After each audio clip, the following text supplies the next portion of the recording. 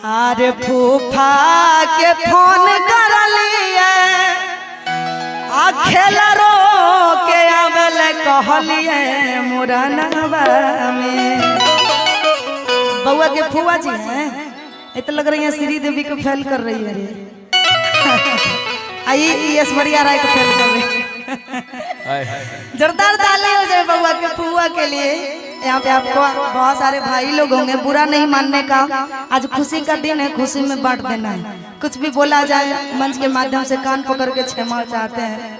एक कलाकार है, कलाकार के जिंदगी में थोड़ा बहुत उतार और चढ़ाव होते रहता है। तो आइए कहेंगे यार नाना के न्योता दिलिए नानी के आवेल कहलिए मुरानवा में।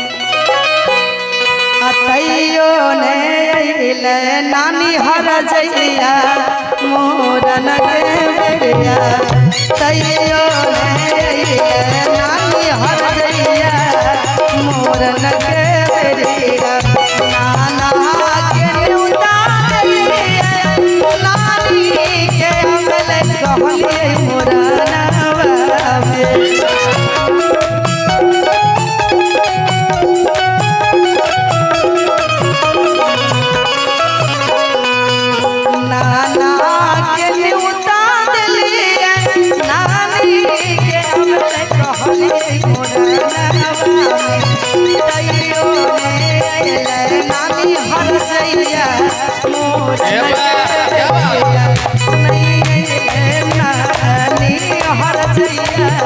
मोरन के बेरिया क्या बात जानकी बैठे तेरे देख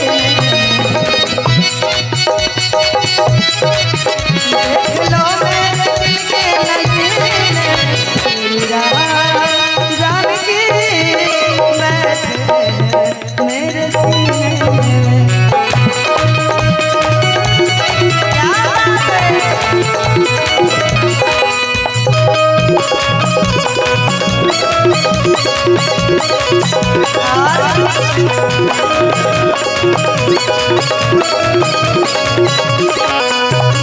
लेकिन इसी में कहेंगे सबसे पहले बउआ के मामी जी के लिए। अब मामा को छोड़ दिया है। मामा मंगल के फोन कर लिए मंगली के आवेल कहलिए मुरानवा। क्या बात है।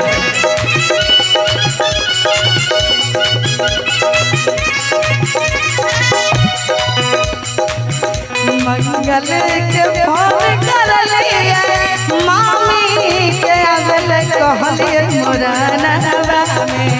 तैयो ने अइले मामी छिनरिया मोरन के बेरिया। अइले मामी हर जइया मोरन के बेरिया।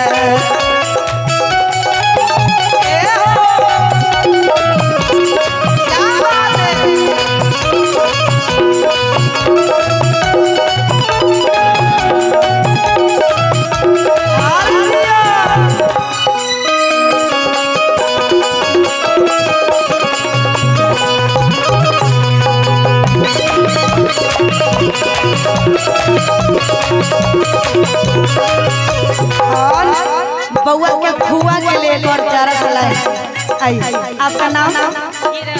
किरण। अच्छा अब तोरे नंबर है। फूफा के कार्ड भेजलिए किरण के आवेल कहलिए मुरानवा में।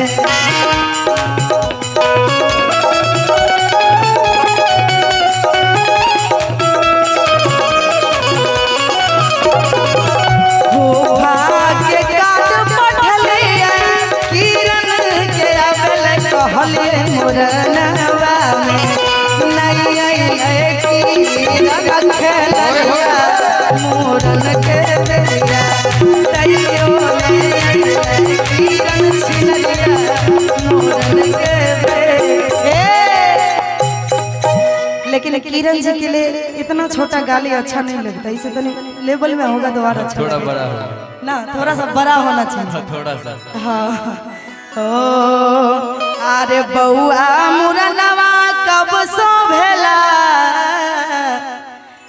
बउआ मुरनवा कब सो भेला, जब किरण नचनिया तब सो भेला, जब किरण नचनिया तब सो भेला, जब किरण नचनिया तब सो भेला, किरण नचनिया तब सो भेला,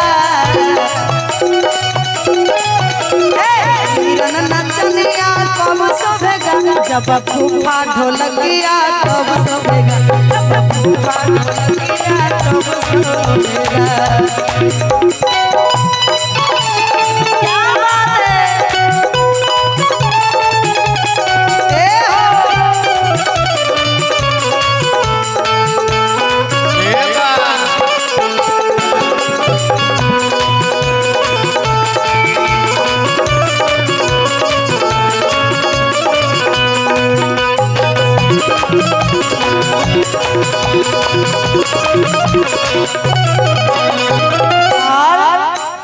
मामी नचनिया कब सो भेगा,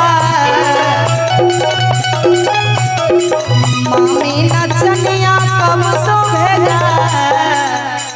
ए भैया थोड़ा बहुत कष्ट कर, माइक है उधर, और हम चाहेंगे कि जूनियर जी आप भी आ जाए, थोड़ा सा सपोर्ट मिल जाएगा इधर से मंगली जी को। जब कपल रहता है तो अच्छा लगता है ना, इसलिए मंगल भैया को भी बुला लीजिए। आप अभी सेट कर रहे हैं भाभी में, बहुत अच्छा। हेलो दोनों का बॉडी फिटनेस एक रंग है, देख रहे हैं ना, अभी ये जयमाला हो जाएगा, कलरों मैच है, और दोनों का कपड़ा भी मैच है। हो अरे भौजी तो आधा हिस्सा है तेन से हो हैं? नहीं हो से जोगिरा में क्लियर करके बतेबा, जोगी में भौजी में जोगिरा में क्लियर करबे, हाँ। भौजी में देवर का आधा हिस्सा है क्या ना? आ है के ना हाँ कहवे के अरे मामी नचनिया कब सो भेगा, कि जब मामू ढोलकिया तब सो भेगा, जब मामू ढोलकिया तब सो भेगा, जब मामू ढोलकिया तब सो भेगा।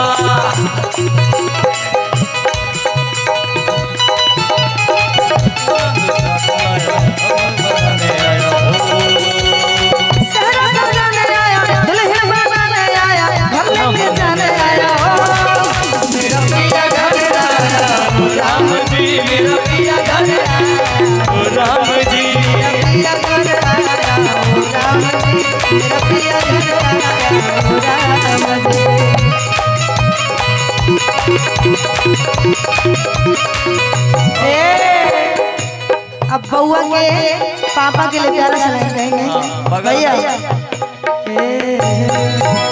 बगल में बहन कि घुमरला घुमरला बाल रे होरी लगा के। अच्छा आर घूम एक और बउआ कहाँ गए, उनको भी भेज दीजिए। इधर आ बाबू। ऐसे में लगिए नहीं रहा कि मुंडन हुआ, इसको आप पहन लीजिए।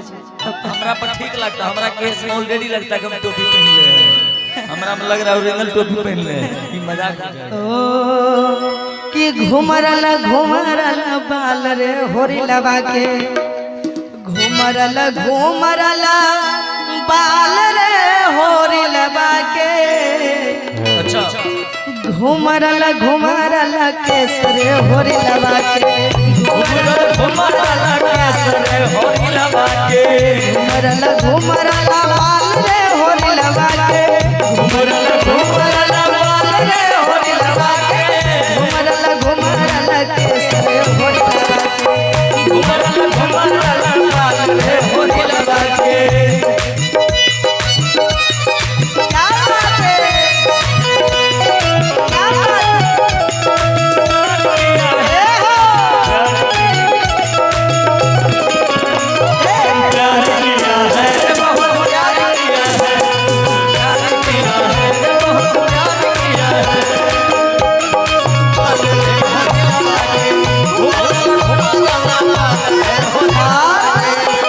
बउआ के पापा के लिए कहेंगे प्यारा भलाई। अरे बउआ के मम्मी है महलों की रानी,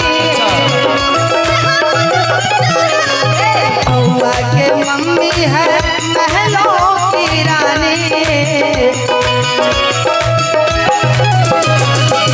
पापा है महाराज रे होरी लगा के, पापा है महाराज रे होरी लगा के, पापा हवे महाराज रे होरी लगा के। क्या बात है? ए हो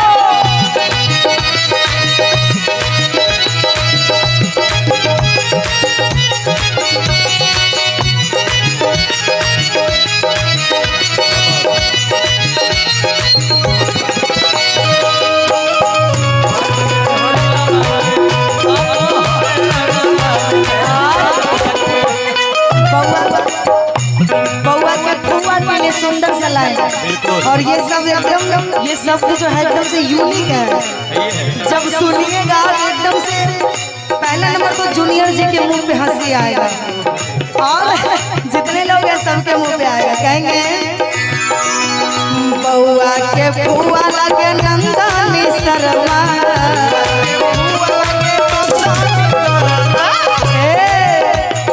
बउआ के टेंशन वाला बात होता है, बात बउआ के फुआ लागे आरे नंदनी शर्मा। काजल लगवानी भी लग सकती है।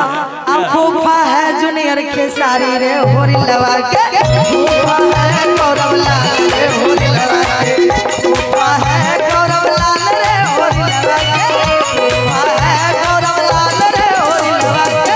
घुमरल घुमरल बाल रे होरी लगा के, घुमरल घुमरल बाल रे होरी लगा के।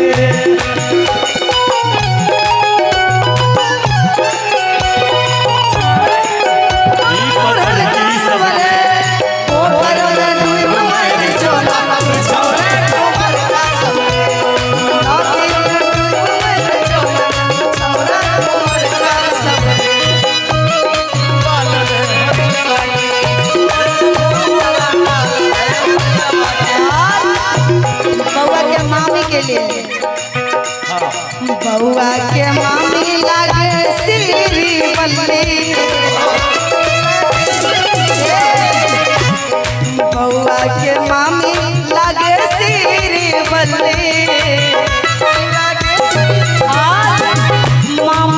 मामू है पुष्पा राज रे होरी लगा के, मामू है पुष्पा राज रे होरी लगा के, मामू है पुष्पा राज रे होरी लगा के। तेरे नायक है जवानी, तेरे नायक है जवानी, ए बुरा घर का लग जाएगा। तेरे नायक है जवानी, आई है जवानी, तेरे नायक है जवानी, आई है जवानी, तेरे नायक है जवानी। रे जूनियर चश्मा लग जाए,